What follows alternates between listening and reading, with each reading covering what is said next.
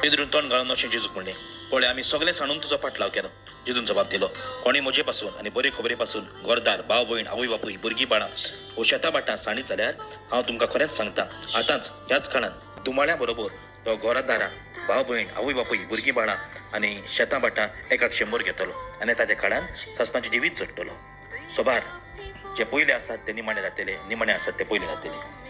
भाव भयणांनो, हेंच आमी आमच्या जिवितान अनुभवलां. जेन्ना आमी घरदार, भाव भयण, आवय बापूय सगळ्यांक सांडून आमी इगोजेन गेले, तेन्ना ते इगोजेंतलो लोक आमचे भाव भयण, आवय बापूय भाव भयणां जाली.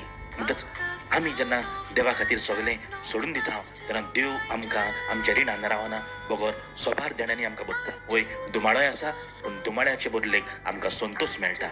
हेंच आस्वासन जेजू शिसांक आनी आमकां दर एकल्याक दिता. म्हणटच सगळें सांडून आमी जेजूचो पाटलाव करुया आनी तो आमच्या रिणान रावचो ना, तो आमकां आशिर्वादान बगतलो, तो आमकां सगळ्यांक दितलो जे आमी सगळें सांडून गेला पळय तें.